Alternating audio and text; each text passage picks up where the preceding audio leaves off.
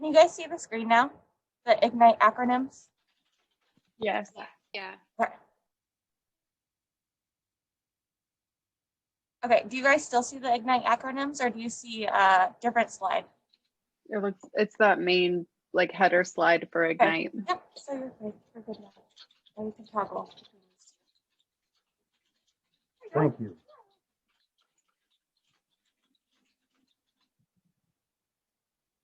I don't feel so bad. Goldie had a hard time doing it too. Hard to teach an old dog new tricks. As I was saying, my background, been in this business for quite a long time, spent 23 years in the airline business prior to that. None of that means much except for I have a fair amount of experience, and my passion is in helping people like yourselves get started in the business and succeeding. So which screen do you see now? The Ignite 6 acronyms? Yes. Yeah. Okay, so if you get onto the bottom, you'll see my contact information, and I am located in the West Wing, across from the big training room, right straight down the hall from the Follow the Model room. So if there's something I can do to help you, you've got where I am located, you've got my phone, you've got my email. Hopefully you'll take advantage of that. Anybody been in the airline business or the military service? Yeah, I was in the Army for 8 years. All right, so Chris, you should be a whiz on acronyms, right? Spent 8 years living with acronyms. I'm going to jump off of the typical script a little bit here today and teach you some fundamental things that I think will be way more important to you than the specific details of what's in Ignite. I've cheated a little bit. Typically when I do this in a live class, I don't give you necessarily the number of letters in each word. And we won't belabor this too much, but can anybody tell me what that first phrase would be? A, Q, and L. Bonus points for anybody who can come up with it. I'll make it easier. The first word is ask. Questions and listen. Ask questions and listen. Amanda, you get the jackpot. You also set yourself up for having to do the next one, which is a little tougher. I will tell you what happens mostly with brand new people in real estate. Is there anybody in this class that is not relatively new to real estate? Do we have any veterans taking the course?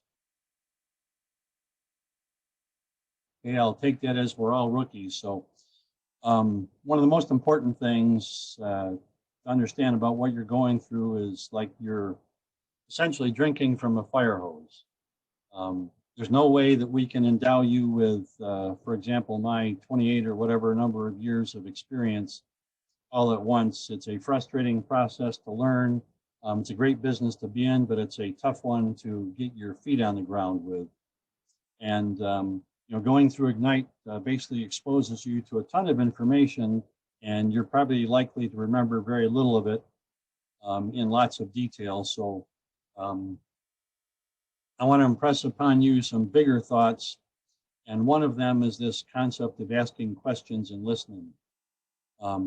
Most brand new realtors, when they go on an appointment, they have a script in their head, and they do their best to follow the script, but they don't have any experience, they don't have any frame of reference, typically don't have much in the way of confidence, and they go in and do what a friend of mine used to call pray and spray, or basically endow the clients with what he called product vomit. This is all from a friend of mine who wrote a book called Listening for Success, and I'm going to give you a little more information on that here in a moment. But if you will simply take the time to ask questions and listen from your clients, whether it's buyer clients or selling clients, what most people do is walk in and do their spray and pray and walk out. And after that, mom and dad sit there at the kitchen table and say, well, that was all sort of impressive, but they never even bothered to ask, what do we want? Why are we here? What are our priorities? If you go in and ask questions and listen, you will find yourself getting way, way more success than if you just go in and strut your stuff and tell them how cool you are and how many deals you've done and why they should list with you. Does that make sense? Yep. Who's a good listener in the crowd? Me. All right. The gentleman, this guy was a very, very good friend of mine. He wrote the book, Listening for Success, which turned out to be a bestseller. He taught listening all over the world to large corporations for roughly 20 years. What percent would you guess he estimated his own listening capabilities to be with that kind of a background?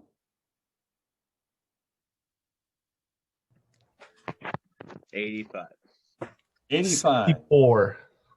Could you be a little more precise? Fundamentally, Steve Shapiro basically felt that after 20 years of studying and writing and teaching listening, he was successful probably 50 to 55% of his listening capacity. What does that say for the rest of us? Probably not a lot. We're probably down in the 5 or 10% range.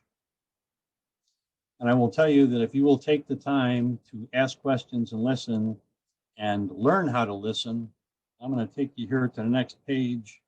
At the bottom, another guru that I follow. Can you see this quote from Joe Still? Basically, Joe says, you have listened to someone when they know that you understand their position. For most people, listening means I'm waiting for my turn to talk.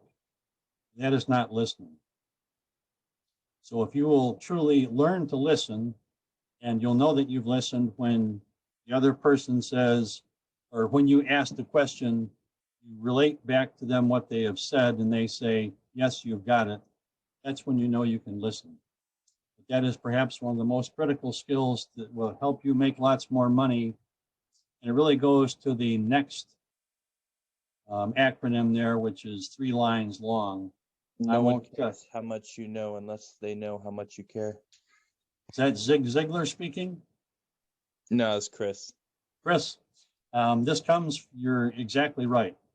For the rest of you, nobody cares how much you know until they know how much you care. That goes back to my point about asking questions and listening. If all you do is go in and spew what a great person you are and how much you know about real estate, that isn't going to get you anywhere. What the clients want to know is, do you really care about me? Anybody heard of Brian Buffini? Yes. Yeah. Brian Buffini is probably one of the best known and most successful real estate coaches in America. He says people want to know 3 things.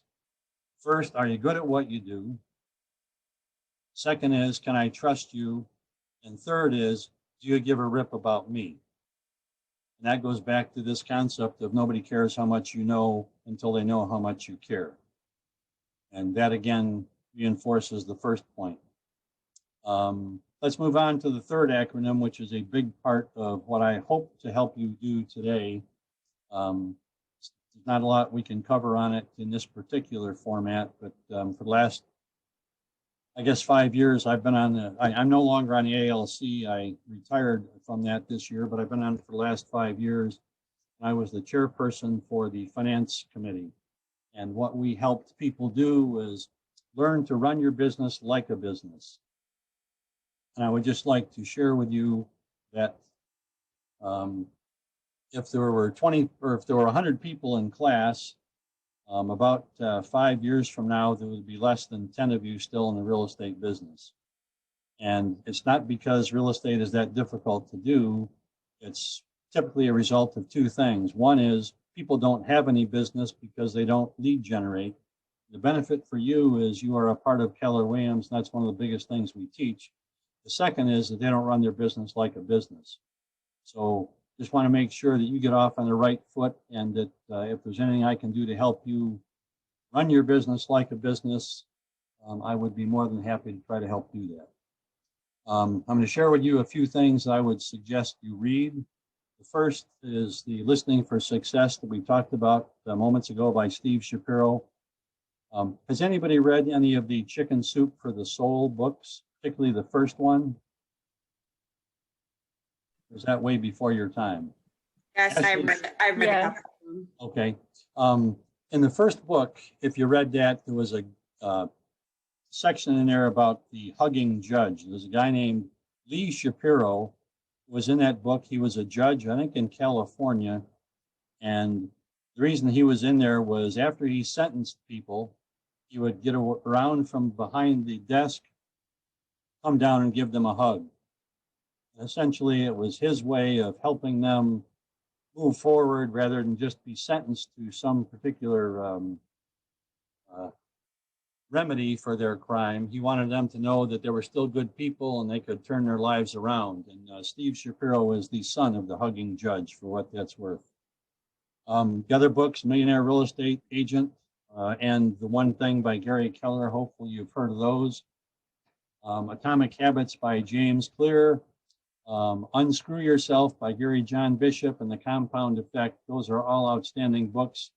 With the exception of The Millionaire Real Estate, none of these have anything to do with real estate in specifics, but they are designed to help you learn the skills and be in a position to manage your business as well as managing your life in the best fashion you can. So take those for what they're worth. Hopefully you will take advantage of that information and add those to the reading lists. Okay, do we now have the Ignite slide on the screen? Yes. All right, the system works. Okay, we're in a situation where you've, in other classes, talked about growing your business. In this case, it's a little more about running your business. You've already shown buyers some houses. You've hopefully learned how to negotiate some contracts, and we're going to take you through putting some contracts together. So we're going to deal with the offer process. How many people have made offers so far? Anybody? Yeah. Anybody other than Chris has written an offer? Yeah, I have. I've written Okay. a few offers. All right, thank you. How many people have had offers accepted?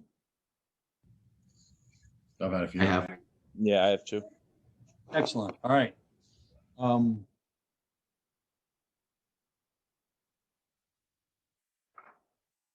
So buyer makes an offer and the seller can respond according to this in one of three ways. Seller can counter the offer, and that puts it into a negotiation situation.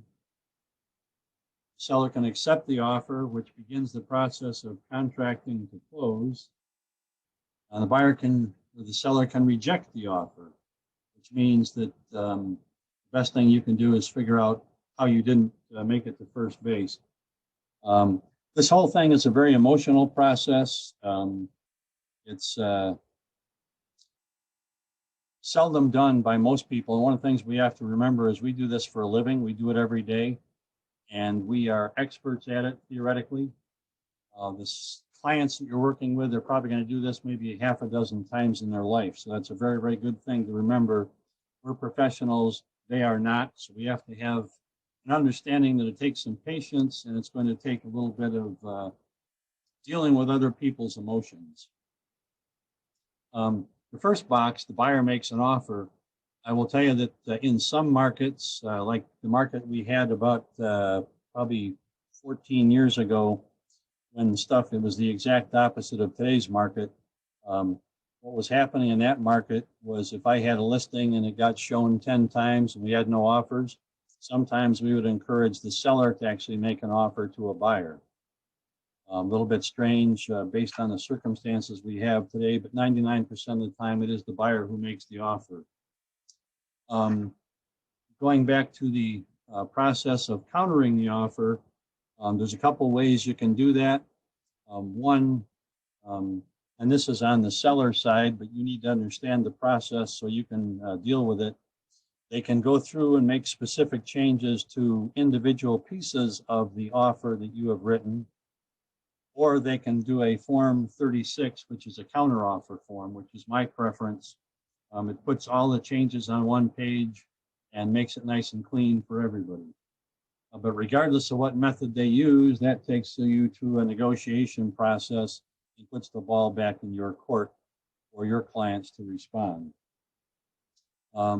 If they accept the offer, and that means that they accept it as written with no changes whatsoever, all they do is sign it, that takes you down to mutual acceptance. And mutual acceptance, does anybody know when mutual acceptance actually occurs?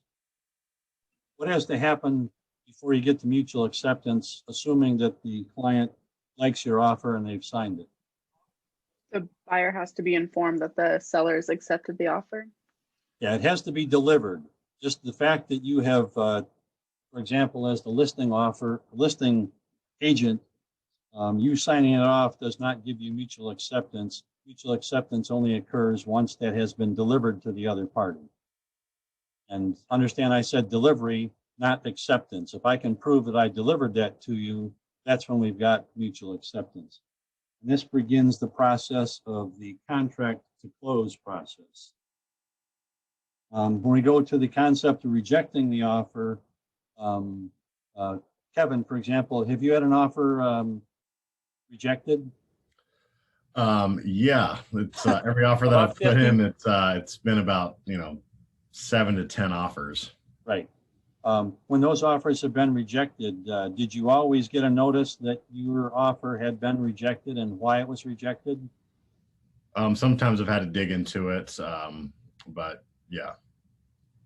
Basically what I'm trying to suggest is when the offer doesn't come back, very often it's because the listing broker has maybe 27 offers and they're not in a position to take the time to get back to everybody. So you can't necessarily understand what happened. Sometimes you're going to have to be a little patient, but sometimes you will get it back. And typically, this kind of goes to the end of the class about how a listing broker does things. But for example, what I try to do, we have multiple offers, is we deal with the first one that we're going to accept, and we get that to mutual acceptance. Then on the rest of them, I have the client. I basically take page 1 of every contract and copy and paste a phrase that says, respectfully declined at this time. And I have the seller's initial all those. So if you ever do business with me and it's not your offer we accept, at least you will get a contract copy back that says the seller saw it, they looked at it, and they're declining it at this time, and you've got their signature so they know.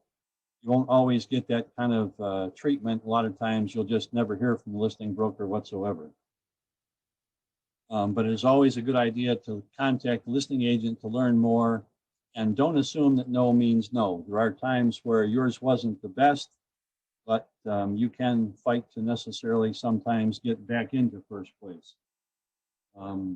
But not hearing back is pretty common today because of all the multiple offers, particularly if your offer is poorly put together or a lowball offer.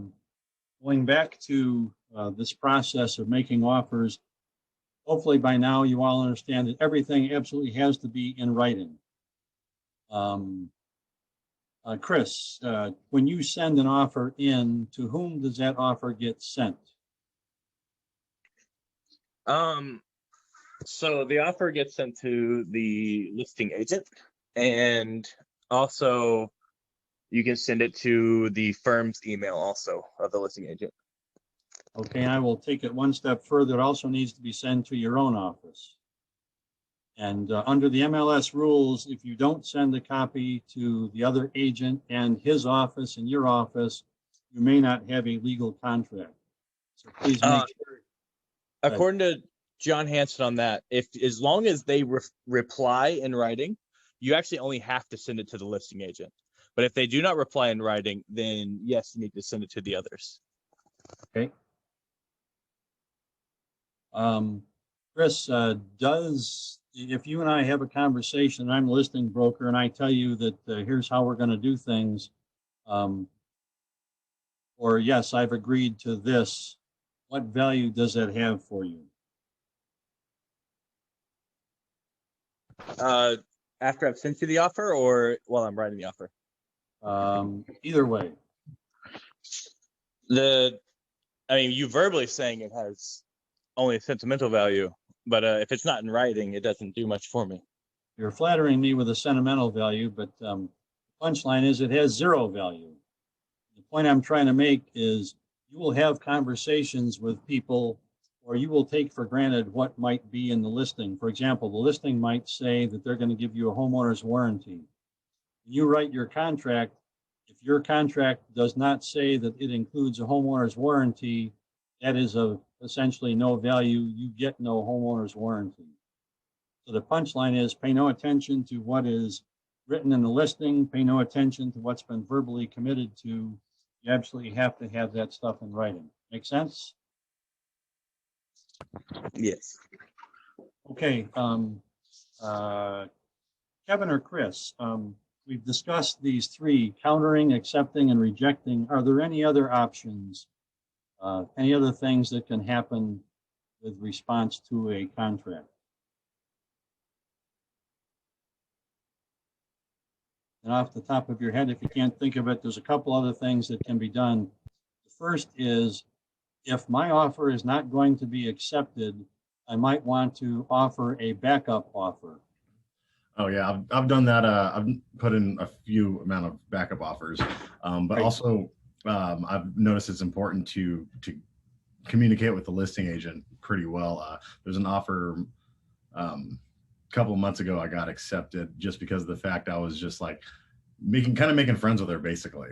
And she just calls me up, hey, can they do this because I have this offer that's going for this, but the other agent's being a little bit snooty, and I'd rather have it, you guys get it. And she was actually friends with the people that sold it. So, and for that reason, our offer was only like $1,000 more, and we ended up getting it. That is absolutely one of the most profound points I want you guys to take from this class. And we're going to get into that a little bit later, but Kevin, you hit that one right on the head.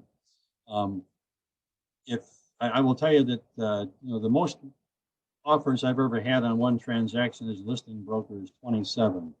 Out of that 27, only about 7 bothered to pick up the phone and call me. And I don't mean this to be offensive to you. You're a relatively young crowd. I will tell you that a lot of young people want to do business by text or by email. The best advice I can tell you is pick up the damn phone. If you will pick up the phone, call that listing broker and try to develop a relationship with that person, it will make you way, way more money. You might have to get out of your comfort zone a little bit, but picking up the phone, doing what Kevin did, and developing rapport with that person and establishing yourself as the kind of person they want to work with is huge. It will make you a lot of money. So if you have a hard time doing things outside of text, the best thing I can say is get over it and pick up the damn phone. Kevin, do you remember when you did that backup offer, what form you used? I can't remember the exact form off the top of my head. I haven't Okay. used one in about All right. 2 months. Can you see now form 38A on your screen? Yes. This is a form that will make you money. What most people do if they're not in first place is tuck their tail between their legs and go away. You've got that option, but the other option is to say to the listing broker, is there any chance that you would consider a backup offer? And I will tell you many, many times in even this environment, when you've got multiple offers, that first offer does not stick. The benefit of this form, this is one of the coolest forms on the planet. As the buyer's agent, if you are able to successfully negotiate a backup offer using this form, if that first offer falls apart, the seller automatically is in contract with your buyer. They have no choice. It is a locked-in contract. On the other hand, as the buyer, if the buyer puts this in, you look at number 6. Buyer may terminate this backup agreement anytime prior to receiving the first sale failure notice. So if your buyer, if you put this in today and it gets accepted, and tomorrow you show them another property they like better and they write an offer on that, all you have to do is withdraw that offer. This contract does not obligate you. You can bail out anytime until you get notified that you're in first place. Does that make sense? Yeah. How long does that Yep. last though? Because I had a situation where we put in a backup offer. the agent called me up. It was probably a month and a half later and says, you know, the deal fell through and they accepted mine, but my guy was already mutual with another offer. I was like, it's best to just forget about it. And, you know, he agreed and, you know, we went our ways. Yeah. I guess, first of all, I'm going to have to apologize. This is a class that I used to scramble to complete in 3 hours live. They've cut it now down to 2 hours, and it's close to impossible to do that kind of training. But the punchline is, I can't make this a forums class, but there is a, if you're going to bail out, terminating it by withdrawing this would be the best thing. Off the top of my head, I can't answer your question. It's probably in here someplace, but I don't want to take the time to answer that. And my apologies. So that is an option. There's one more option to offers, and I hope everybody understands this. You can withdraw your offer anytime prior to it being mutually accepted. So if your clients get cold feet, don't just leave it out there. Make a formal withdrawal, and there is a form for that as well. Okay, we're going to move on to the process of preparing to write an offer.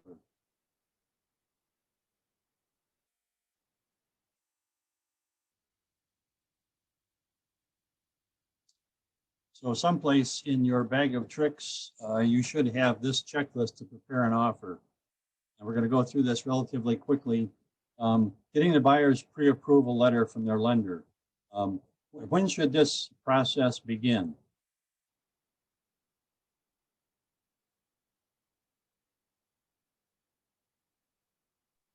I would think as soon as we sign a buyer's agreement.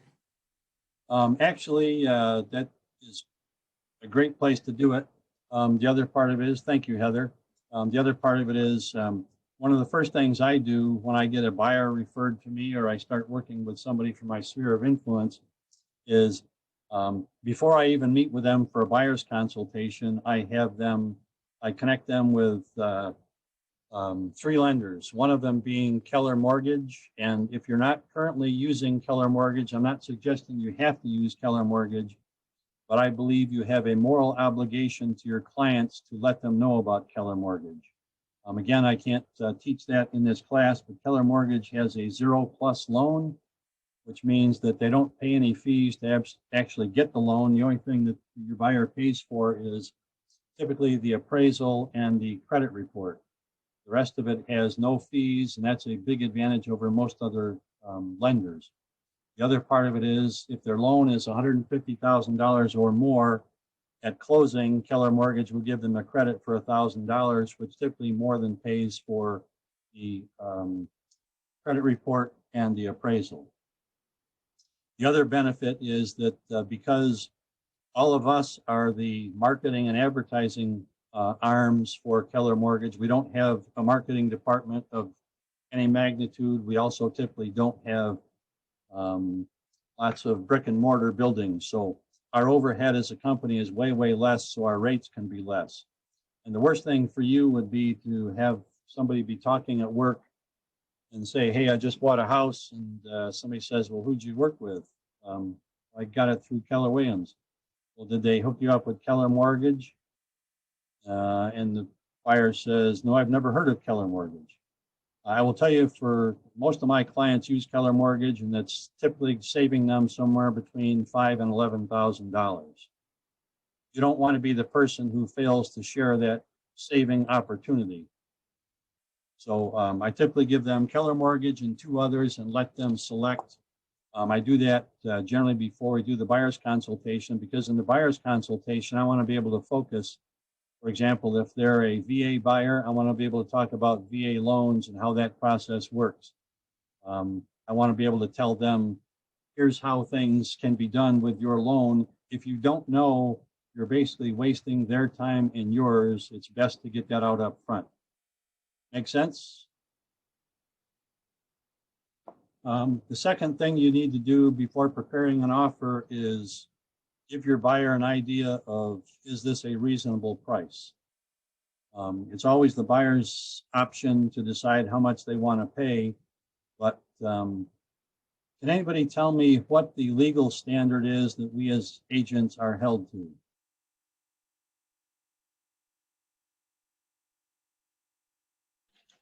Fiduciary.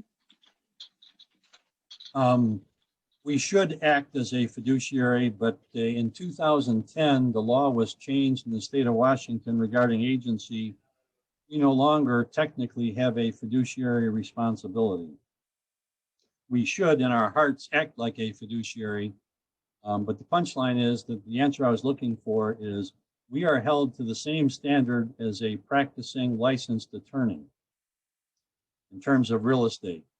And an attorney would not be likely to have their client go out and do something foolish, i.e. pay way more money than they should for a property. We don't make that decision, but we have to help provide good information. So if you're sitting in front of the judge being taken to task for the way you treated your client, you better be able to say, yes, I did the right thing. And I showed him, here's my market analysis that I showed him that said the place was worth $550. They chose to pay $675. Sorry, Your Honor, not my fault. Is everybody familiar with market metrics? Or is anybody familiar with it? No. Market metrics is one of the tools that you have. And again, it's something that I don't have time to go into here in this class. But if you will go down and see Carmen can hook you up with market metrics. It allows you to go into a website within about probably 2 minutes worth of training. For example, if you have a client in Federal Way who's looking at a home for $450, you can go into this market metrics, by that zip code, say it's 98003, and it's a 3-bedroom home. You can say, tell me what the market is doing between $400,000 and $500,000, and it gives you 13 different charts that will help your client understand the market. And the benefit of that is it's not your humble opinion as a realtor, it's specific information, statistically proven of what the market is doing. So it is a huge, huge tool. And if you're not using it, I would recommend you familiarize yourself with it. It gives you great credibility. And especially as brand new agents, you can't say, well, 10 years ago, here's how the market was going, and here's what I see it doing today. You don't have that kind of experience. So having another tool would be a great thing to do. Review the tax records for information. Tax records in and of themselves don't help a whole lot, but I will tell you a whole lot of agents are pretty lazy, and they'll use things like the tax assessed value, or they'll use the Zillow number, or they'll use the Northwest MLS estimated value. The next point is kind of goes back to Kevin's point. Even as a good showing agent, sending people all over the countryside to look at properties that aren't available is a complete waste of their time and yours. Building rapport and gathering information about the seller and the property. One of the best things you can ask when you're preparing an offer is, what is important to you as a listing broker? Basically, how can I package this in a fashion that will work well for you? I'll tell you that when I had 27 offers, one of them came in with 13 different individual files for me to open. When you're sitting there with 27 different offers, the likelihood of you taking the time to open 13 separate folders and to package that up for the agent is close to slim and none. My theory is your job as a selling broker is to establish a reputation as the kind of person who they want to do business with, and not somebody who's going to make them work harder. So part of that building the rapport is what's important to you as a listing broker. And many listing brokers will actually have an addendum or a supplement to the listing that says, here's how I'd like to see things. The other question is, what is important to your seller? For example, in about 2006 or 7, when the market was also red hot, there was an article on the front page of the Wall Street Journal about a woman in San Francisco who sold her home for $30,000 less than the highest price. Can anyone guess why she did that?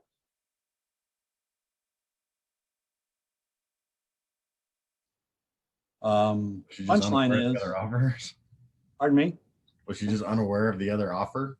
No, she was very, very well aware of all the other offers. Wow. And this is a story that I hope will stick with you. The buyer and the agent took the time to do what Kevin did, which is to develop some rapport and to ask questions and listen. And one of the things that they learned was this woman was in her 80s. She had no family. She was selling her home, which backed up to a park.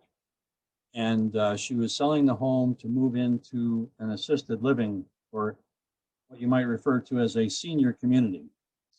And one of the things that was the joy of her life was feeding the squirrels in the backyard that came from the park. This person who got the winning offer put, I doubt that it was in the contract, it's not really a contractual matter, but they put into their letter for why they should be the buyer that we love squirrels and we will feed your squirrels in perpetuity. This woman with no heirs, and she also didn't need the money because she had way, way more than she would need for the rest of her life. They got that deal because they agreed to feed the squirrels. And so my point is, ask questions and listen, build rapport, gather as much information as you can, and your client, if they can't pay top dollar, doesn't necessarily have to lose. You also want to ask about activity on the property, how many showings. You'd be surprised if you ask questions, and it's a whole lot easier for someone to answer a question on the phone than it is to try to type it out on a text or an email. Again, going back to my point about use the phone, ask questions, and listen. Obtain a seller's disclosure statement. That is a critical part of the process. And drop down here a little bit. Okay, everybody is familiar with this form, Form 17, the seller's disclosure statement. Who knows when you are not entitled to a seller's disclosure statement?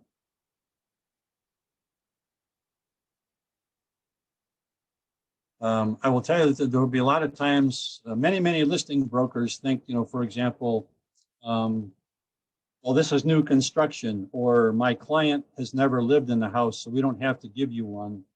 And that is not true. Your job is to take care of your client, and you don't want to find yourself in front of the judge because you didn't get your client a Form 17. This RCW outlines what the definitions of improved real estate are, and that is the criteria for what needs a Form 17. But there are 7 exceptions for who needs a Form 17. And many times you'll look at the listing in the MLS and it'll say they're exempt. And what I would encourage you to do as a buyer's agent is contact that listing broker and say, hey, I see that this is exempt. Can you tell me under what circumstances that it makes this property exempt? Because if the property isn't truly exempt and they're just unaware or uneducated, or they're hiding something, and you let your buyer purchase that property when it was not really exempt, that's on you.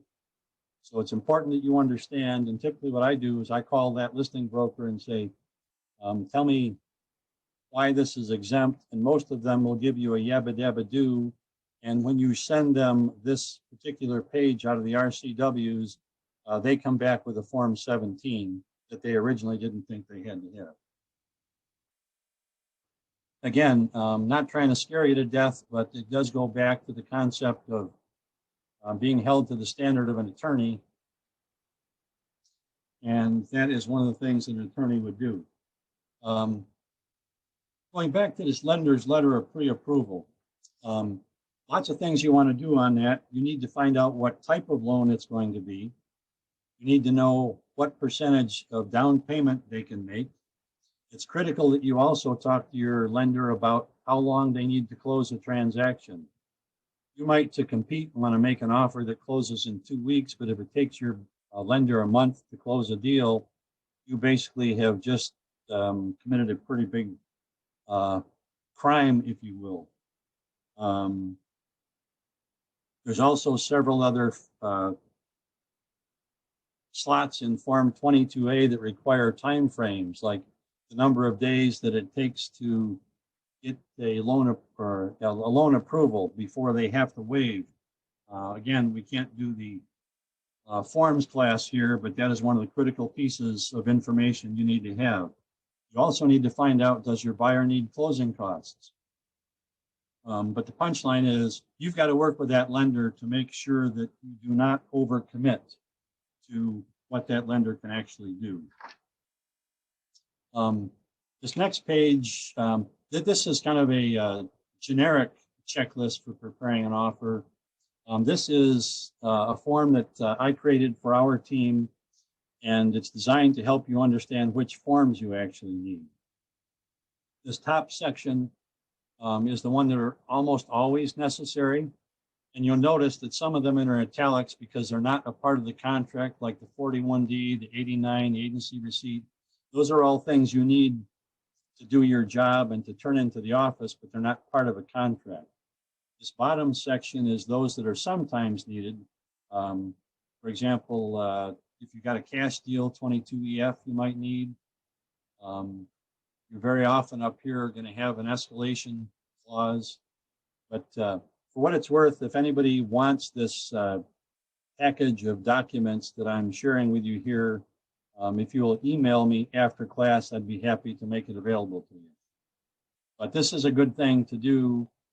Basically, it helps you understand what I might need in order to create the contract if you're not familiar with all the forms. There are lots of times where there are forms that are necessary that you won't necessarily be aware of.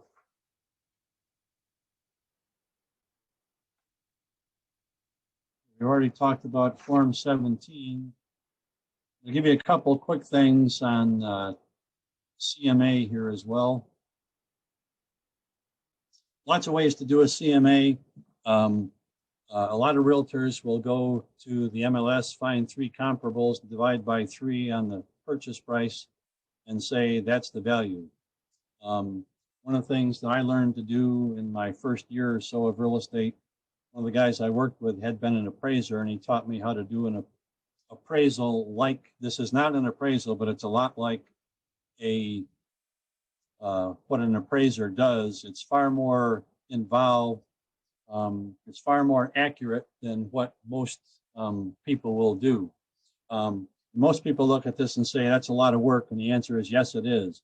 But I will tell you that if I go out on 10 listing appointments, I will probably get 9 of them, partly because of the amount of the homework I put into it. And my theory is, if you're going to go out and try to get the business, why not do a little more work and bat 900 instead of batting about 500 because you took the lazy way out? If you notice, this one, it's for a listing I took in Gig Harbor 5 years ago now.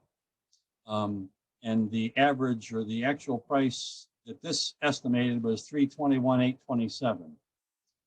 Here's another tool that I use. Basically, this is, again, this is a whole 4-hour class by itself, how to do a CMA. But for anybody who is interested, I'm happy to try to share some of these tools with you. Here's another way to take that same information. I take those same comparables and I put in when they closed, number of days on the market, the actual sale price, and you add that up and it comes to $955. Then I add up their assessed values and it comes to $835. So on average, they sold for 114.3% of their assessed value. That is very, very typical. I've been, like I said, doing this for about 28 years. In King and Pierce counties, very often they will sell for around 115 to 120% of their assessed value. If you're in a situation where you have to make a quick decision on what might be a reasonable price, you probably don't have time to go back up here and do this level of analysis. But you can say, okay, it's the place is listed or it's assessed at 500. If I throw 20% on top of that, that makes it 600. Maybe their price isn't too bad. The other thing I do in this process is take the Northwest MLS estimated value. This comes off of Realist. In this case, these comps sold for 101% of that. I do the same thing with Zillow. They sold for 95% of that. I do the same thing with the cost per square foot. It came in at $144 a square foot. And I take those numbers and it says, okay, if that, I realize this is a little complicated probably for you up front. It's actually a very, very simple process that will help you come up with a better way to price your properties. But on average, they sold for $144 a square foot. Down here, I multiply that by the square footage of this property. It comes out at $331. I do the same thing for the tax assessed value, et cetera. When I add them all up, average them out, these four additional methods averaged $324,116. I go back up here, this one came in at $321,827. If you go to your client with, particularly as a listing agent, with a couple of methods that say 321.8, here's four other ways that bring it in at 324, you think you might have more credibility than the person who pulls a number out of thin air. You think that might get you more listings and more credibility? I would submit that it will. Again, most people are too lazy to do it. You get to decide what you want to do. I guess that takes me to another fundamental point of this whole process. In my stand-up face-to-face class, I always ask people what kind of agent they want to be. And, you know, most people will say, oh, I want to be a listing agent. I want to be a selling agent, whatever. The real point of the question is, what do you want your reputation to be? My theory is I want my reputation to be that of, I want to work with that guy because he does good business. When I was the broker at Windermere in Auburn for 6 or 7 years, there was a young guy that worked for me who got out of real estate. About 5 years ago, he called me and said, hey, I need to buy a house. My wife and I have got one I want to look at right away. Can you help me? And sure, I pulled it up and made an appointment to go show the property. And the woman who was a listing broker is somebody I happen to know. She said, yeah, we'd be happy to do business with you, but I'm on my way right now. I've got 6 offers and we're going to present them. She said, but race over there right now if you can, and we'll see what we can do. So we ran over there. We didn't have time to write an offer, but I was able to, based on my reputation with this woman, who I'd done a couple deals with before, she was willing to wait for me on a verbal offer and negotiate a deal. She fundamentally helped me get to the top of the heap with the other 6 offers. The point that I'm trying to make is a whole lot of realtors develop a reputation for being lazy, for being difficult to work with, for wanting to play God. And I submit that if you develop a reputation for being the kind of person that people will move mountains to work with, it will make you a whole lot of money and make you a whole lot more successful. And that choice is up to you. One of them is a whole lot more work. One of them takes more patience and tact. But if you will do that, it will make you a lot of money. I will tell you, I have gotten a lot of deals because of the reputation I have created. And people have said, we'll figure out a way to make you come out on top. And that is worth a lot of money to you. Punchline is you get to decide what you want to do. There was an agent that worked for me at Windermere in Auburn who, when I was talking to him about his business and his database, he said, yeah, my database, I don't really have one because none of my clients would want to work with me again anyway. That's not exactly the kind of reputation you want to have. One of the other things in this particular package that I will send you if you want is a bunch of URLs that are helpful. When you go back to that market analysis I did, a lot of information we'll need to get out of things like the public records, the tax assessor's office. These are just some some URLs that will help you get some information. Don't really have time to go through that with you at this point, but it's just another tool available to you. Okay. Any questions before we move on to the actual writing of the offer? Ashley's getting antsy, I can see that. All right, checklist to write an offer. This, from what I understand, is in page 4 of your guide.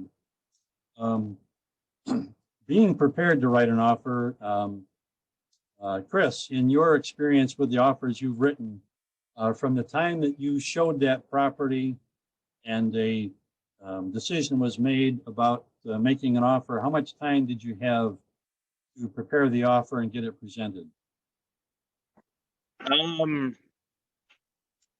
I normally within a few hours. Okay, so you don't have time to reinvent the wheel, right? No. But the punchline is, this stuff is, in many cases, a lot of information. This is stuff you can pull together. And I submit that all this process starts when you do the buyer's consultation. One of the things that I always do in a buyer's consultation, as I said, prior to the buyer's consultation, the buyer has gotten himself pre-approved, so I don't have to worry about all that stuff. But one of the biggest parts of this process, Kevin, when you submit an offer, actually, when you write your offer and send it, I'm assuming you do it via transaction desk and you email it to your clients for signature.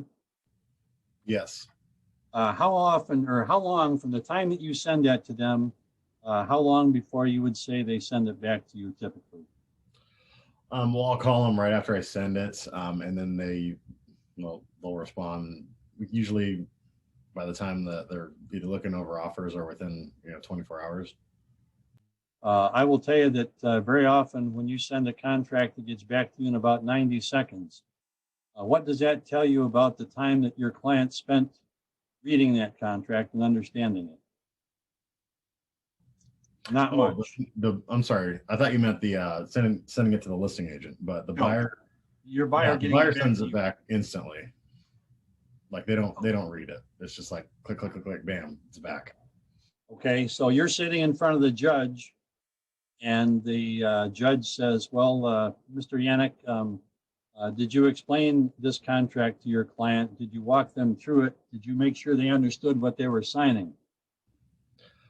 I don't go over every line, but I do go in the console when we write up an offer. I'll go over the purchase and sale, and this is basically what it is. But go through every line. No, I haven't gone through that. No, and you don't need to, nor does an attorney. But the punchline for me is, if in your buyer's consultation, you will after that email them a copy of the standard parts of the contract, and say, here are the typical documents that we're going to use on a contract. I want you to read these over. I want you to review it. I want you to get back to me if you have any questions whatsoever in the process. Basically, if you will do that, when you're sitting in front of the judge, you can say, Your Honor, here's the email. I sent them a contract. I encouraged them to read it. I encouraged them to ask questions. I never got any questions. That's why we're here. It needs to be their fault if they're not going to go through this. But if you'll do that up front in the buyer's consultation, it will save you a bunch of heartache. Okay, we've already talked about the consultation. We've talked about the CMI. And basically, the terms of your contract when you're writing this are largely up to your client.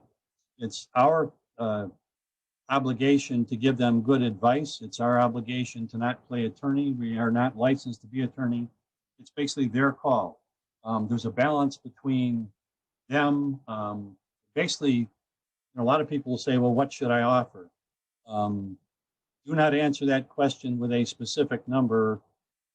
It's not your money. It's not your decision. It's not your life. But basically, you want to help them with that answer by saying something to the effect that, well, typically what I tell people is, I've already taken you through the market metrics. I've already shown you that things are selling on average for about 112% of list price in this particular market at this time.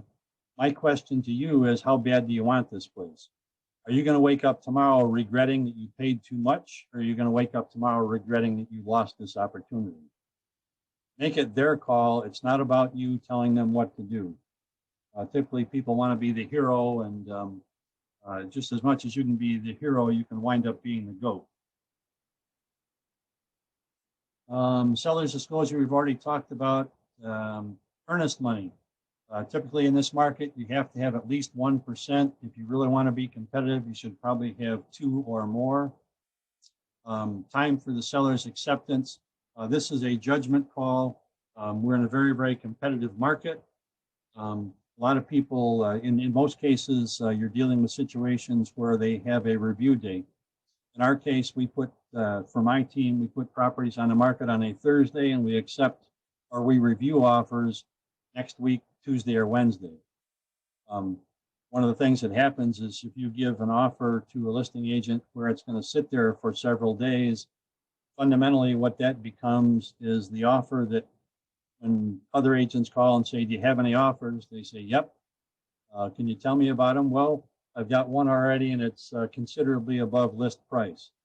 If you send your offer up front, that could be your offer they're talking about. If you don't send your offer up front, it could be that they decide to take somebody else's offer. So this is a tricky market.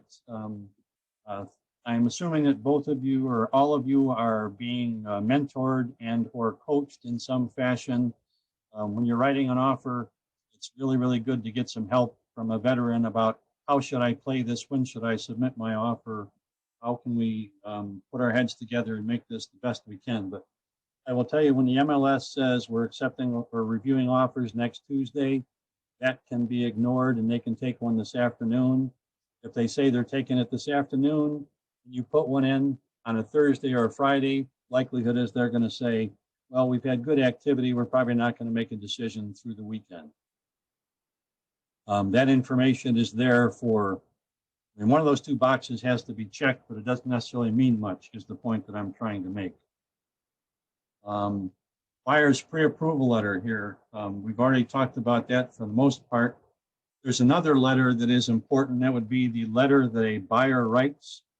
And you don't have to do this. This is something that, Chris, have you used buyer letters in your offers? I did on one of them, yes. Was it effective? Yeah, the offer ended up getting accepted, and then unfortunately my buyers backed out because of the inspector. Stuff happens, but I will tell you that a lot of people use buyer letters. Some people don't. Again, it goes kind of back to the story about we'll feed the squirrels. That was a very effective letter, and it got them a deal. Often it does. You have to be very, very careful. You cannot use terms in there that violate the fair housing laws. But I will tell you, if you're going to use one of these, don't wait until the last minute. I start that process in the buyer's consultation. Have them draft that letter and send it to you within a couple of days of doing your consultation. Look at it and see what you can do to help them prevent legal problems or to spiff it up a little bit. Some people are horrible writers. You might need to help them spiff it up so it's a little more presentable. Loan approval and the amount of time it takes to get financing, we've already talked about that. Home warranty. These days in a competitive market, you probably can't ask for a home warranty, but you can make sure your client still gets one.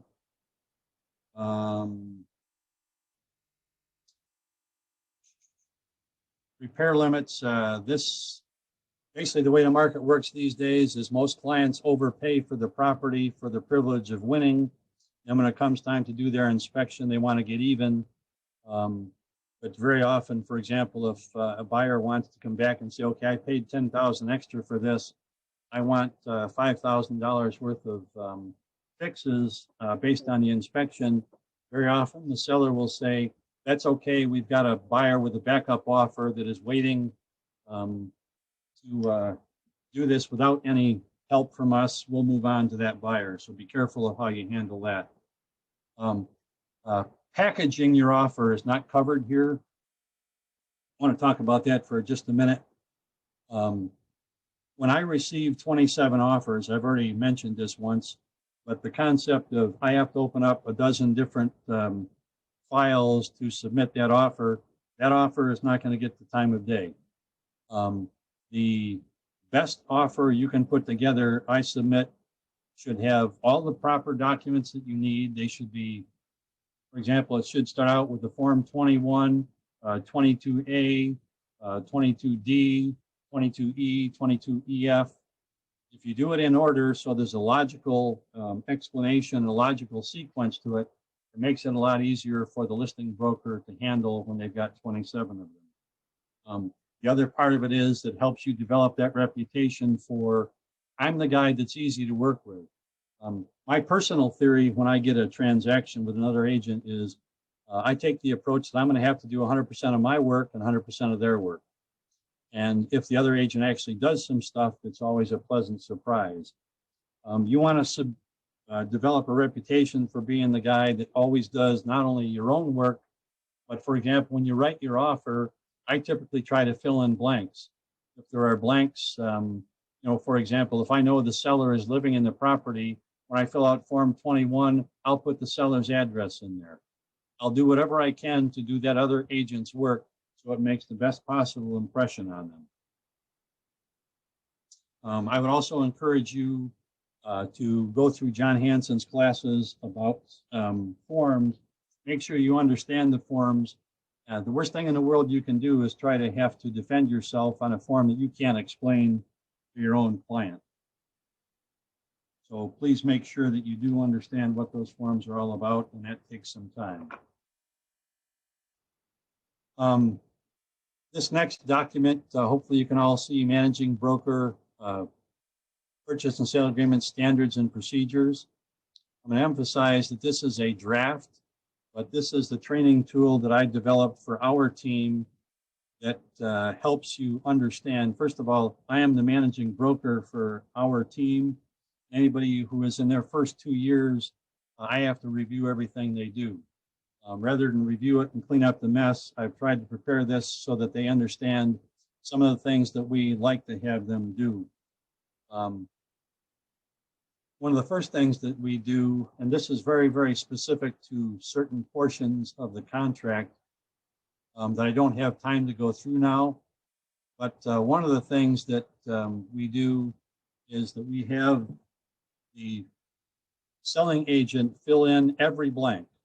You'll notice on all forms there is a default position, and on that default position, for example, it might say, like on your Form 35 where it's for the inspection, you have 10 days where it automatically fills in if you don't fill it in. I submit that you are always better off by putting your own specific date in there, even if it's the 10 days that's default. The reason for that is that you want to be able to look your judge in the eye and say, yes, judge, we made a specific decision on that form. If you leave it blank, there's a tendency for things to not get covered with your client, and you might leave it at 10 days. Somebody else wins the contract because they said they do the contract in 5 days. We always want to make sure that we've covered all the bases and filled in all the blanks. Another thing that we do that might be helpful to you is down here, Form 22D12. Form 22D is the optional clauses addendum. Number 12 is blank. And what we typically write in there is, in the event this transaction fails to close by the date specified in this agreement, through no fault of either buyer or seller, then the closing date shall automatically be extended until it is able to close, provided that said extension does not exceed 3 business days. This is kind of an archaic example, but it still works. When I first got into real estate, my client was getting her loan from a specific bank. She also had her savings in that bank. On that afternoon that it was supposed to close, the bank gets a computer virus and they can't generate the funds to fund the loan or the funds for down payment. And at that point, the deal died at 9 o'clock that night. That's how I learned to write this information. And basically that will save your bacon on an awful lot of transactions when it can't close. The other part for you as buyer's agents is, in this particular situation where we are today with so many people making offers on the same property, if you're one of 10 offers, you want to make sure that you've got every advantage that you can. And in many cases, if the deal dies, the seller and listing broker may be anxious to not have that deal continue. They might not want to give you an extension because they can move along with somebody else and maybe make another 10,000 bucks. So you have to be careful with that process. This will help you in that regard. Any questions on that?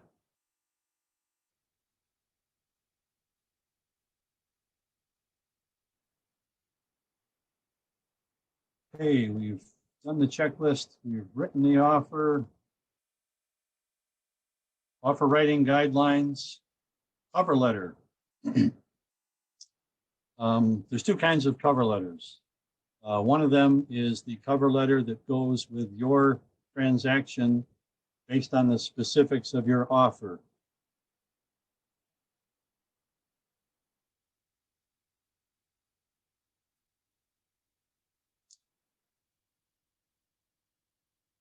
Hopefully at this point, you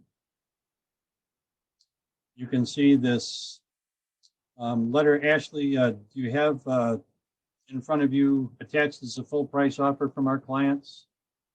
Okay, this is an example of what I suggest you might do when you're presenting your contract. You want to make it easy for the other agent to take your offer. And if the other agent has to wade through 40 pages of your contract, it doesn't really help them get to the bottom of why their offer should be taken instead of somebody else's. We always try to provide a bullet point. We got list price plus the escalation clause. We got a real good lender. We got strong earnest money at 6,000 bucks. We've got a 5% down conventional loan. $0 in closing costs through Keller Mortgage.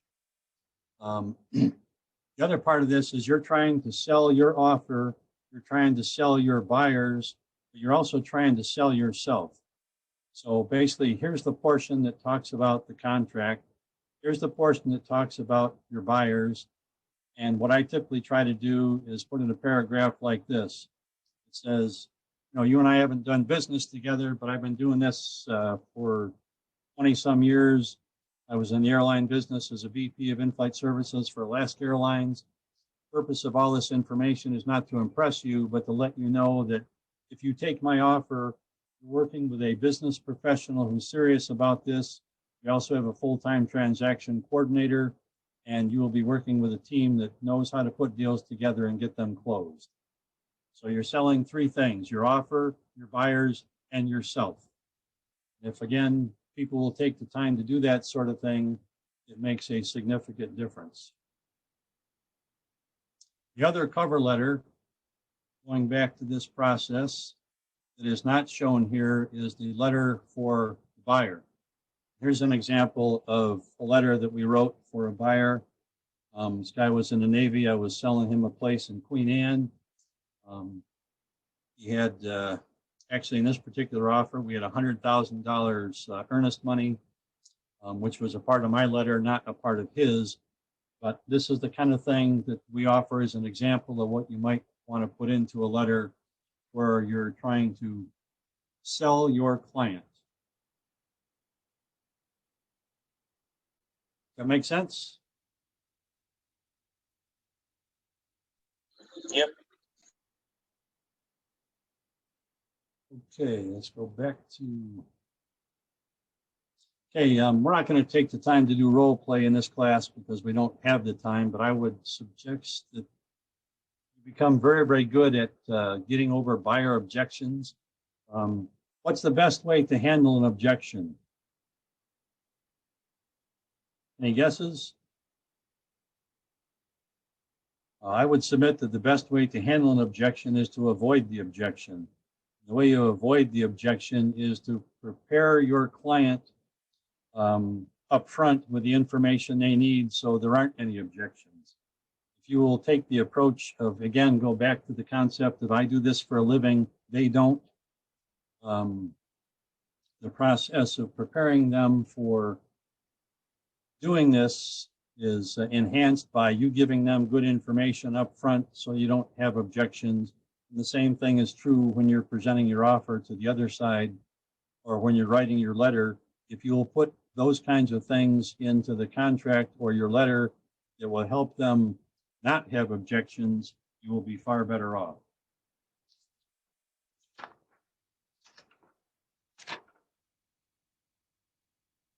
Okay. Presenting the offer to the listing agent. This goes back to another thing that Kevin talked about, is always letting the other agent know that there's an incoming offer. You always, in my estimation, you want to try to find out how many offers there are. Again, we've already asked what's important to both the seller and to the listing broker. When you send the offer to the other agent, you want it to be logically organized. You want it to be easy for them to understand. You want it to be in a single file that they can open, not multiple files. This says you should set a deadline. I believe they're talking about the offer expiration date. You may or may not want to do that in this environment, and it goes back to developing rapport and understanding where the agent's coming from on the listing side. But if you put a deadline, for example, of an offer that has today on it, technically your offer is dead after today at 9 o'clock. That puts you in a position where you're technically not eligible to compete tomorrow. So be very, very careful with setting that deadline. Create the offer in command. Consult with your buyer when the seller responds. This goes back to the process of making those decisions. And once again, it is not your decision. It is your province to advise your client on what the options might be and what the best approach might be, but not your position to necessarily tell them what they should do per se. More role modeling that we are not going to take the time to do. Representing the seller, we're going to move on to the other side of the equation here. Receiving the offer, gathering information about the buyer, presenting the offer to your client, and responding to it. Or relatively big pieces to it. Receiving the offer is the easy part. Keeping track of multiple offers, we're now the listing broker, not the selling broker anymore. Make sure that when you get multiple offers, you keep track of them. The worst thing in the world for your client is you thought you had 27 offers, but there were really 28. You lost sight of one, it got lost in your email, and that 28th was $50,000 higher than the one you accepted. And that gets challenged, and you wind up in court over that. Not a good spot to be in. Gathering information about the buyer. If the selling broker is doing their job, that shouldn't be necessary. They should be providing you everything.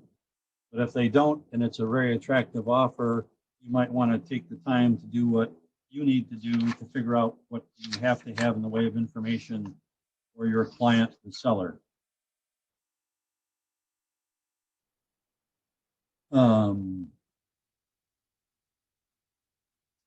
All right, we'll go to the checklist for reviewing an offer. I'll take you back to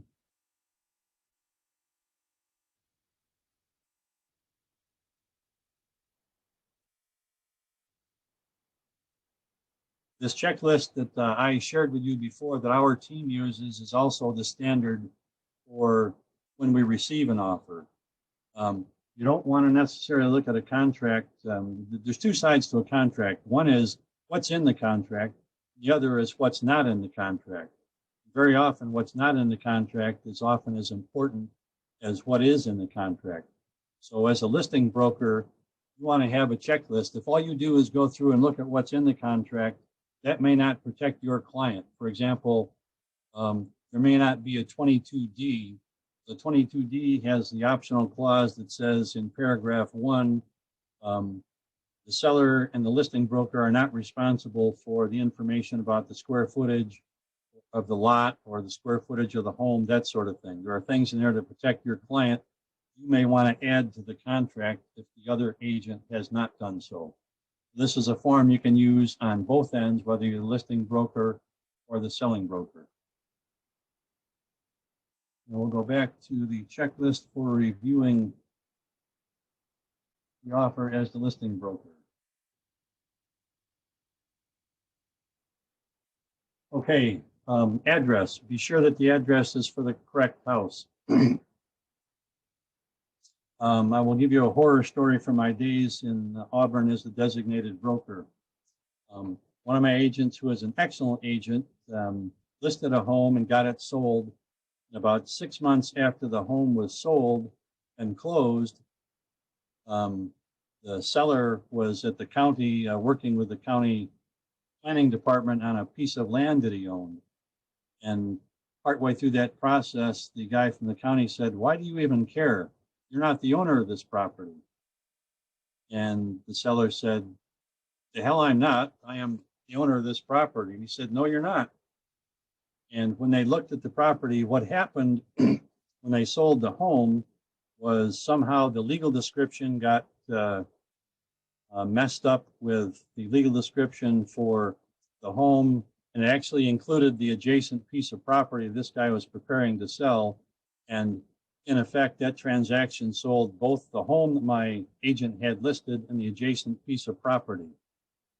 And it took us 18 months to clean up that mess. The person who bought the home was a pretty high-powered CPA that did business with clients all over Asia. And it took us 1.5 years before we got title to the seller's dirt back to that seller. So when you're reviewing an offer, make sure that the legal description is accurate, make sure that the parcel ID and the address is all correct. Obviously, you want to deal with the price. Earnest money, we've already talked about. In some cases, is earnest money always necessary in the state of Washington to have a legal contract? No. Correct, it is not. And that is one of the things that is true. However, if you're going to compete in today's marketplace, chances are good you're going to need some good earnest money. As a listing broker, do you want to accept an earnest money that is in a promissory note?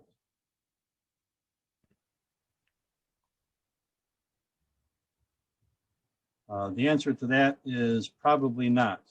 I will tell you that about 90% of the time that a listing broker accepted an offer on a promissory note when I was the designated broker and the buyer bailed out of the transaction, there was no earnest money, and very often the circumstances were such that the seller should have been able to keep that earnest money, but because there was none in hand, it was on a promissory note, the seller would have had to take that person to court to get the earnest money. Promissory notes are not a good situation for anybody in this particular market. Time for acceptance. How long does your seller really have to respond? That is a very, very good question. And it's one that in this market, the seller is going to have a lot more say about that than the buyer is. So there are some situations you may have to, as the selling broker, when you're making your counteroffer, change if they had an expiration date that is prior to when you can get back to them. Obviously, we want to demonstrate that the buyer is pre-approved by a good lender. The other thing that goes back to being the selling broker, when you submit your offer, I would suggest that you have your lender call the listing broker to sing the praises of your buyer and why they are so well qualified. A lot of sellers or selling agents will say in their email, "Yeah, feel free to call the lender." Well, I have news for you. It's not the lender or listing agent's responsibility to call the lender. If you want the best possible options, the best possible opportunities for your buyer, have your lender call that listing broker and sing their praises and explain why they should accept the offer. It also gives the chance for your lender to establish their own credibility as someone who is likely to be able to put this deal together. Home warranty, we've already talked about. Not likely that it's going to happen in this market that the seller is going to pay for it. Conveyances. Go through the appliances and fixtures requested by the buyer. I'm going to go back to one of the forms that we talked about.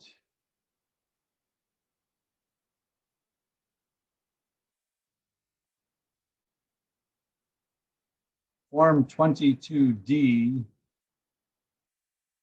Sorry, I can't go straight to 22D. Ensure that all appropriate boxes are checked. There is a box that deals with the concept of what is included, 22D10. I will tell you that most agents, whether on the listing side or the selling side, miss this. And what happens, this will cost you a lot of money at some point, probably in your career. One of the things that happens is there's the garage door opener the garage has two doors, and so it comes time that you've closed the transaction and your client, as the buyer, gets no garage door openers. You want to make sure you know up front what they're supposed to get. And typically what we do on 22D10 is we check the box that's for excluded items. And you want to make a note of any items that were tagged as excluded by the listing broker. You also want to check that box. In our case, if there are nothing or no items to be excluded, we put in writing no excluded items per the definitions in Form 21C. 21C just has a whole paragraph about what's included and what's not. And if the purpose of referring people to that is that I want the buyer and I want the seller to read through that paragraph and make a conscious decision that what I think is included is actually what's included, because, again, they don't do this for a living. They don't understand what the contract says. They think they can take down all the window treatments when the contract says they're really a part of the deal. So if you put this language in there, no excluded items, according to the definitions in Form 21C, parties are encouraged to review Form 21C to prevent any misunderstandings. Typically what happens when there's a misunderstanding is you've got a client that is incredibly disappointed because you didn't explain what they were supposed to get and what they weren't supposed to get. So you wind up buying a refrigerator, you wind up buying garage remotes, that sort of thing. So a good thing, again, one of those little extra things you can do that will save you some time and money down the road.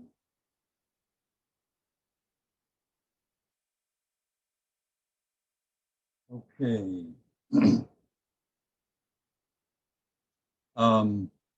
HOA, seller disclosure, mold disclosure.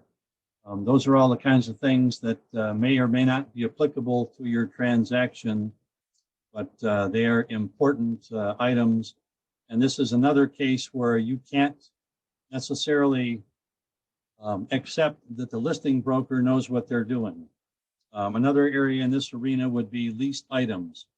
A lot of times, if you look at a listing and where it's supposed to tell you whether there are leased items or not, because the listing broker didn't do their job, it will give you bad information. A couple more horror stories from my designated broker days. This goes back to the legal description when you have that for your contract. You absolutely have to have a legal description for your contract to be valid. Can anybody tell me, there's basically two good sources of legal descriptions? Can anybody tell me what they are?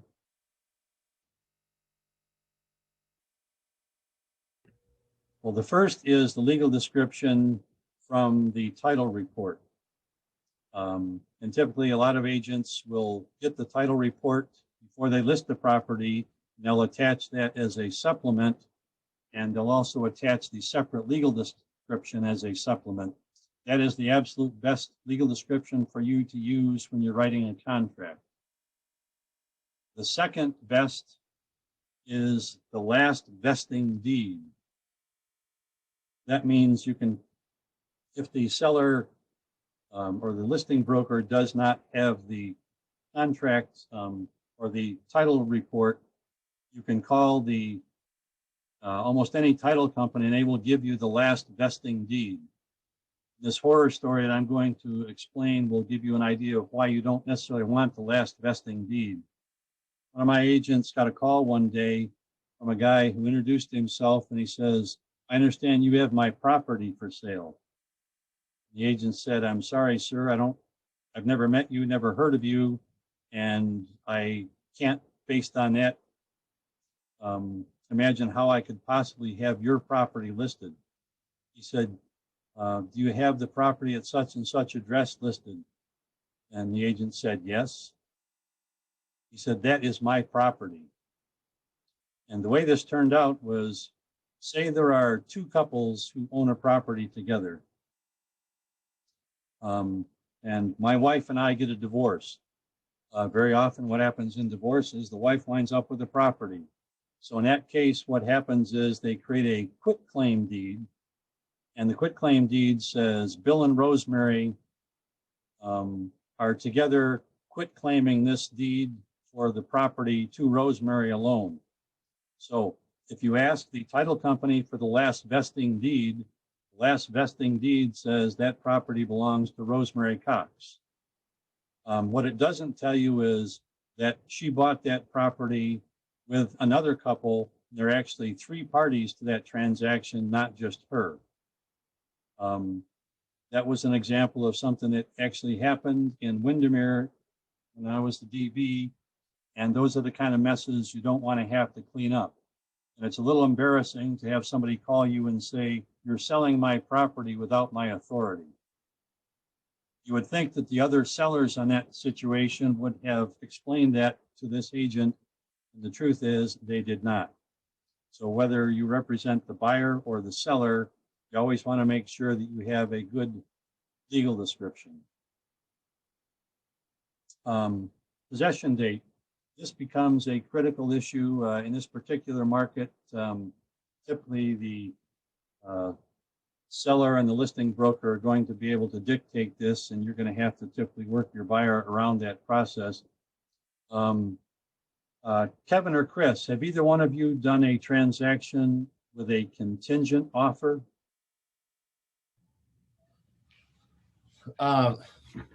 Yeah, but we got out of it. Okay. In most cases, in this particular market, you are going to get beat out of it because the seller doesn't need to accept a transaction that is conditioned upon something else closing before theirs can close. But again, it goes back to ask questions and listen. I will tell you that my team did a deal 2 years ago that was contingent upon not one, but two properties selling. Fortunately for us, this was a property that had been sitting on the market for about 6-8 weeks. And we caught the sellers with the right circumstances. We put together a deal based on that, closing with a prior close on a condo in Gig Harbor and a home in, it was another condo here in Federal Way. So conditioned upon two properties selling. If you ask the right questions and have the right circumstances, those kinds of things can happen.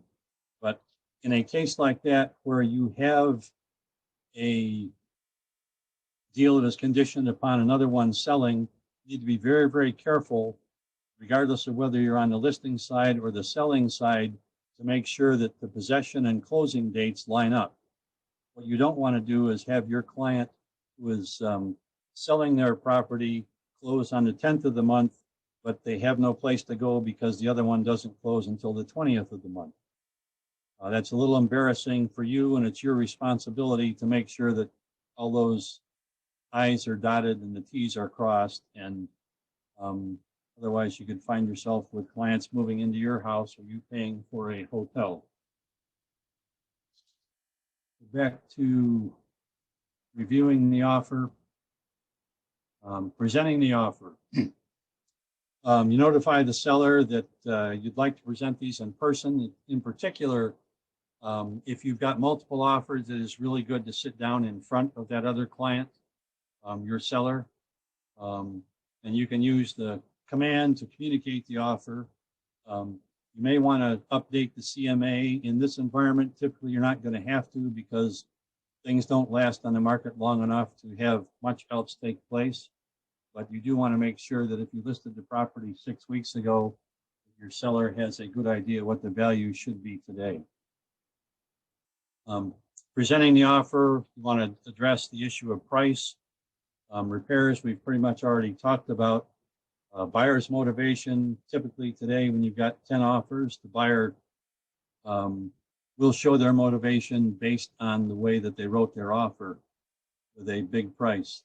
One of the things as the selling broker that happens today is you may have to pay more than the list price. And as the listing broker, my theory is if I've got a property listed for $400,000, I am attesting to the fact that that property is worth $400,000.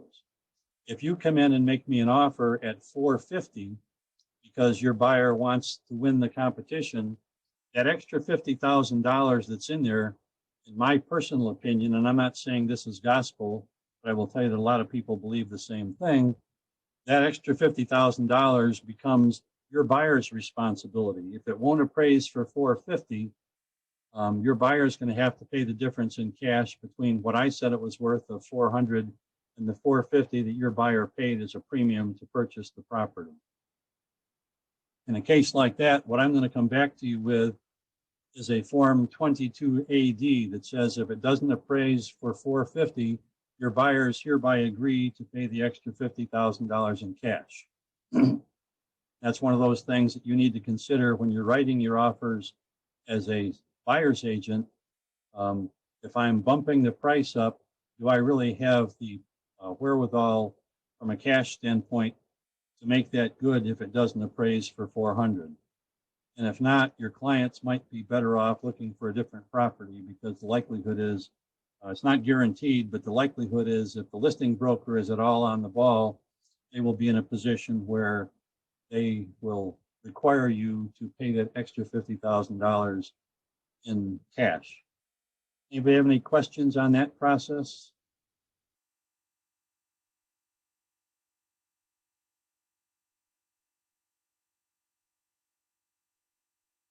Okay.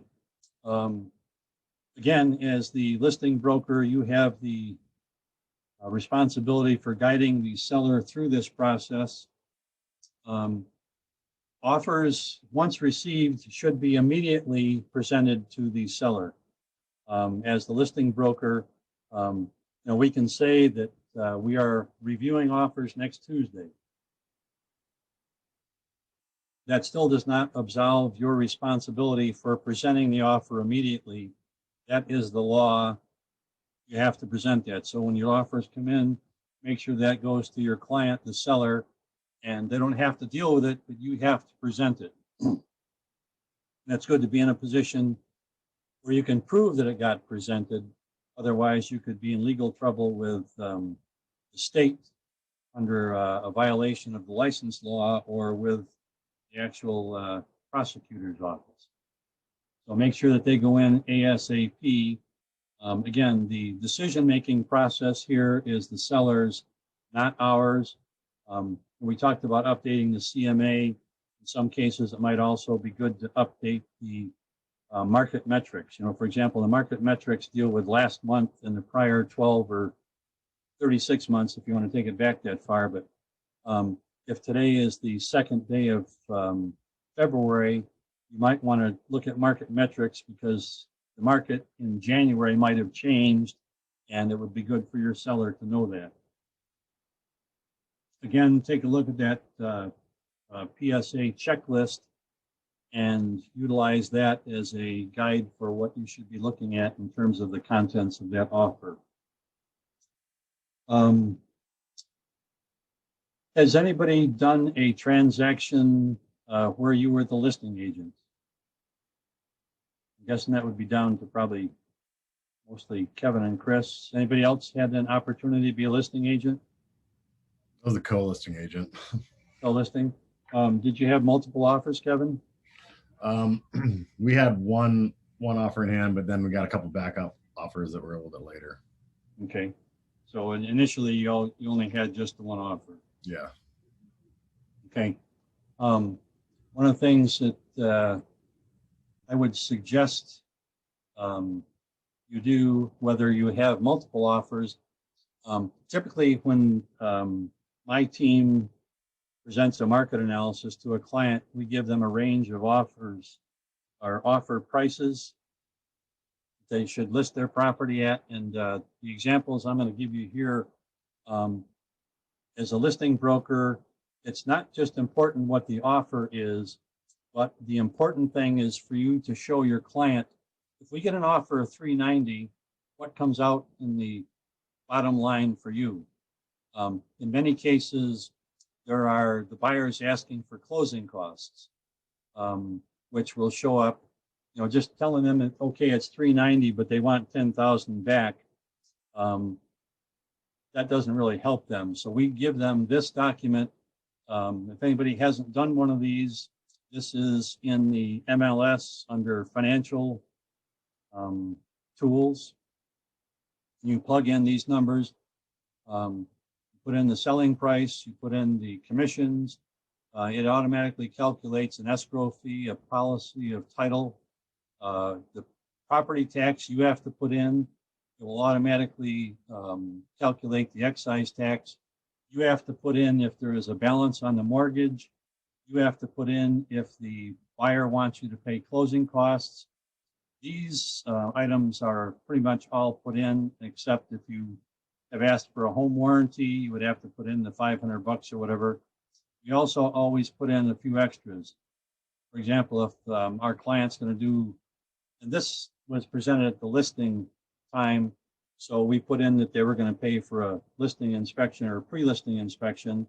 We also let them know that it's possible, regardless of whether they want to or not, they may have to have some work orders that are related to the appraisal or just whatever it takes to get the deal done. So this is a tool that we provide to the client. It's important for them to see the whole picture, not just the big picture. So again, another step to take to make sure you're doing the right thing for your client. And typically, when you're presenting an offer, you would only present one that is the actual terms of that contract. The examples I'm giving you here are, for example, this was developed by my partner, Julianne Gibson. This was for a listing. We presented a number of options to this client when we listed the home. You can sell it as is. Plan B would do a little bit more work. Plan C would be do a lot of work. So we give them a range of these net proceeds sheets that ran from $390. I think it went up to like $560,000. You typically don't need all of these. Typically, when you're presenting an offer, it would be just one. But the other thing you might do is if, for example, say your client is presenting an offer, or the buyer has an offer at $500, and they want $10,000 in closing costs, you might decide that you're willing to pay the $10,000 in closing costs, but they're going to have to bump the offer to $510. So in that case, you would want to do one net proceeds sheet that shows the actual offer, and you would do another one that shows what you might recommend for a counter offer. That way your seller knows exactly what the bottom line is going to be. You will notice that this is an estimated seller's proceeds. Nobody knows exactly what's going to happen until the deal gets closed. So I always want to make sure that we emphasize that it's estimated. This is another disclaimer that says it's an estimate, that things may change, but make sure that you emphasize that with your client. Going back to the conversation about multiple offers, you don't want to show up your client's offer with 27 offers in a stack. You want to give them a way to, first of all, you've got to prove that you're doing your job, which typically means giving them some means of comparison. This form is a particularly good method of using that. It's an Excel spreadsheet that you put in. I typically try to do this in the order of receipt so that it helps sometimes for the seller to understand when they got this. We put in the offer price. Are they asking for closing costs? And if that's the case, here's the net price to you. Closing date, are they using an escalation clause? If so, what's the maximum price they will pay under that escalator? What's the escalator amount? Is there a deadline that the escalation process expires on according to that form? When are they taking possession? How soon does the offer expire? How much earnest money do they have? Is it a real earnest money or is it a promissory note? Are there any contingencies? Are there concessions that they're requesting? Do they have a pre-approval letter or do they have cash? If you're accepting an offer from somebody that says you're going to pay cash as the buyer, you want to have a document from their financial party. For example, it might be their bank, it might be their 401k, but you want to have proof that they actually have that money. And the same is true if, for example, you're doing an offer from somebody that, as we discussed earlier, the price was $450 or $400, but they want to pay $450. Their pre-approval letter on the loan says $400. In addition, on that case, you want that letter from the lender that says $400. You also want a document that says they've got that $50,000 cash to close the deal. You want to know how much the down payment is. Is it financing that is applicable? Is it cash? Is it conventional? Is it something that's likely to close? Did they do a buyer letter? Have they done the Form 17? On the Form 17, typically we're looking for that to have been acknowledged or preferably waiving the right to revoke. You want to look at the transaction team. Is the lender a reputable lender that you're well aware of, or is it some fly-by-night internet company? Is it a title company, an escrow company? Typically, if you're doing your job well as the listing broker, you're going to dictate who that is, and they should be using who you request. Who's the selling licensee? Is that someone that you're comfortable with, or is it somebody who sent you an offer with 12 different documents to open yourself? Are they doing an inspection? If so, how long do they want? Typically what I do is give them an overall ranking based on my personal perception. And I outline with them, I think this one's the best. Here's why I think it's the best. This is not up to me. This is all up to you. So let's go back and talk about what's the important aspect of each transaction or each offer for you and your decision-making process. And I also try to give them an idea of, yes, this person would like to be in a backup position, or no, they wouldn't. This process of this team, I talked about when you list the property that you want to put in the listing, that we've got our preliminary title through Chicago Title, and here's the policy number, and we also want you to use Mallory Argo at Chicago Title at this phone number and this address. One of the biggest things you can do, for example, go back to when you were a kid, when you were playing sports. If you were in high school, for example, and you played on the basketball team, the likelihood is that you had a coach, you had a manager, you had practices, you had an equipment person. Your success in working with that team is likely to be much greater than if you just went out to the playground and said, I'll take you, you, and you. Real estate is exactly the same way. If you will develop your own team with not only your title, your escrow, your lender, your appraiser. I mean, you can't pick the appraiser, your inspector, your contractors. All those people will help you make a team, and your success, your income will be greater if you develop your own team and do it through people who are known to you and that you've practiced with in the past. For example, if you don't have an inspector to work with, whether it's for pre-inspections as a buyer or inspections as a seller, I will tell you, gentleman I use has done over 100 transactions for me. His name is Carl Neufer. He is a fourth-generation home builder. He built homes for himself for 20 years. He is an instructor for the American Society of Home Inspectors. He is had been their past president and past vice president. I have him do my pre-inspections for all of our listings. And in many cases, most other people don't do an inspection because they recognize his credentials. If you want a recommendation for him, let me know and I will give you his information. But the punchline is that's an example of someone who has made me a great deal of money because of the credibility he brings to the table.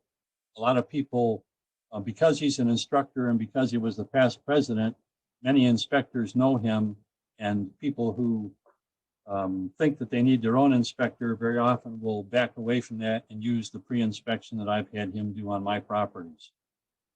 So that's a good example of the kinds of things that you want to do in terms of building a team. Okay, we've already talked about countering, accepting or rejecting the offer, reaching a decision. Pretty straightforward. If you counter, it's more negotiations. If you accept, it begins the closing process. If you reject, one more time, I would like to ask that if you do reject, you write onto each page, the front page of Form 21, respectfully declined at this time. And the reason I do that is lots of other agents will play God and just say, no, I'm not even going to get back to them. I don't need to. Then down the road, you realize that, oh, your first deal fell apart. You might need one of these other people to make their offer a good offer. If you treat them with respect and good information and good communication, the likelihood is that they will be willing to work with you. And again, it goes back to developing that reputation. With that, we've got 3 more minutes. I've been able to sprint through most of the material that we have available. Again, if anybody wants the handout, the Ignite 6 handouts that I provided, all you have to do is email me or text me and I will gladly send that to you, but preferably email me so I have your email. Make it easy for me to help you. We have 3 minutes left. I'm open to take questions. Can you tell us your email address? BILLCOX, Wilcox, RE, like in real estate, at gmail.com. Bill, when you do pre-inspections, you provide that pre-inspection report to... Yes, it is an attachment. It's a supplement to the MLS, and it also has a cover letter on it that says, my inspector is Carl Neufer.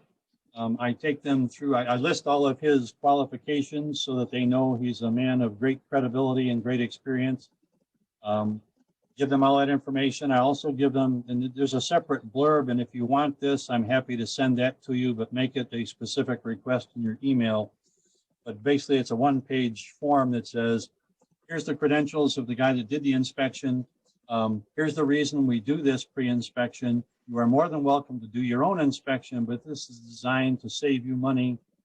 A lot of people, if you're doing pre-inspections, and you go back to Kevin's example where he's written, maybe 7 or 10 offers for the same client. If they're spending $500 a pop, they've now got $3,500 invested in a pre-inspection, and they still don't have a property. There's lots of reasons we do this, but that document explains, yes, you can do one, but here's why you might want to consider using ours. It's a pretty effective document that helps us get people to use that pre-inspection. If you did a pre-inspection and let's say something worth $5,000 had to be fixed, do you provide some info that got fixed or something like that? Well, first of all, we also in the supplements, we're providing a Form 17 that says here are the defects for the property. This letter goes on to say, the attachment to the inspection goes on to say, see the Form 17 for what things might still be undone. Here's a list of those things that we have done. So yes, I try to disclose all that. And further, for example, I had a listing up in Des Moines where we were selling it as is, and there was a wall in the bathroom inside the shower stall where there's a tremendous amount of rot, and the actual wall was falling apart. We left it open so people could see what it was, but we also got bids for what it would take to fix it, and those bids were attached to that inspection. Again, make it easy for people to buy your property. The other quick questions, we're right at 11 o'clock. I'm happy to stay on as long as you want to have my time. Yeah, earlier you were talking about there was a comparative market. It wasn't an analysis, but it was like a 2-minute training tutorial from Carmen. I didn't catch the That's called market metrics. metrics. Okay. You can also find that similar information in the MLS, although I will tell you I have not personally used that.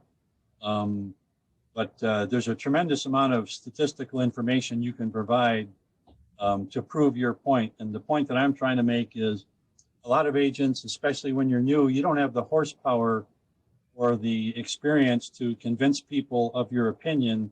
Don't make it about your opinion of what the market's doing. Make it about the statistical proof that you have. And market metrics is one of the absolute easiest ways for you to get that. See Carmen, she can hook you up with it.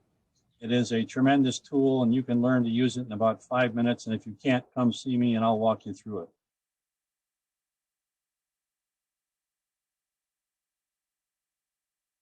Anybody else with questions?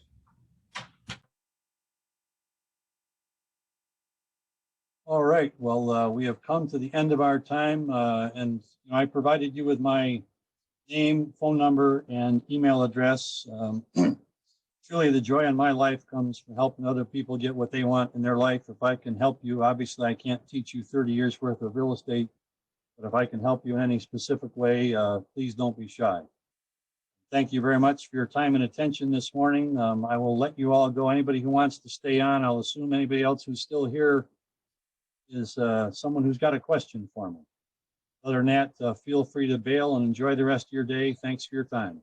Thank you very much. Appreciate it. Thanks, Bill. Thank you. My pleasure. Thank you.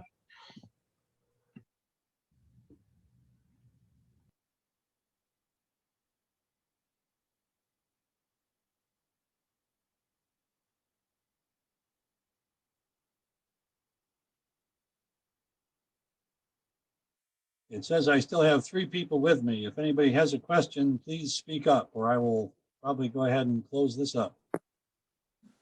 Hello. Hello. Hi. Sorry, I have to miss the first hour. Then we were doing a little bit of rushing transaction things, and then I'm having trouble. I wonder if there any way you can help me to writing an offer, if you have time. Are you in the office at this time? I'm not in the office. I'm at home.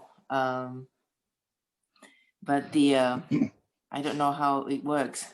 But I gathered information or the forms. Are you a part of a team? Yes, I'm a part of a team with Chris Johnson, but he is actually out of area. He's in a meeting, so he was helping me earlier, but then he had to go. So do you have a mentor? Well, not really. I think Chris is the only person we're trying to learn from him. Hang on just a second here. Let me look at my calendar.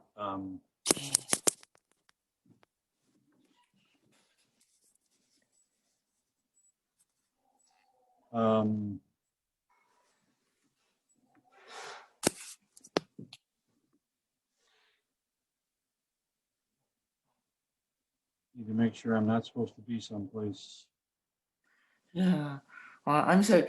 If it's too much, it's okay. It's okay. Well, I can't help you with every line of it, but if you, is there anybody else that is still on the conference call, the Ignite class, that has a question? Okay. What is your name? Who wants help? Okay. My name is Junko Sarasat, and then my husband also Ed is going to be joining soon. He's coming. All right. I can help you for. I probably got 45 minutes. Oh, okay. Okay. But we'll have to be able to do this. Not quite sure how best to help you, but I'm sure that this Zoom call is going to shut off here in just a minute. Oh, I see. Let me give you my phone number. Okay. 206 I'm sorry. I'm sorry, I couldn't get it one more time, please. 206 206 321 321 2210. 2210. Yes. Okay. And why don't you give me about a 5-minute break so I can run to the restroom and then call me? Okay, sure. I'm sorry, I missed your name. I'm sorry.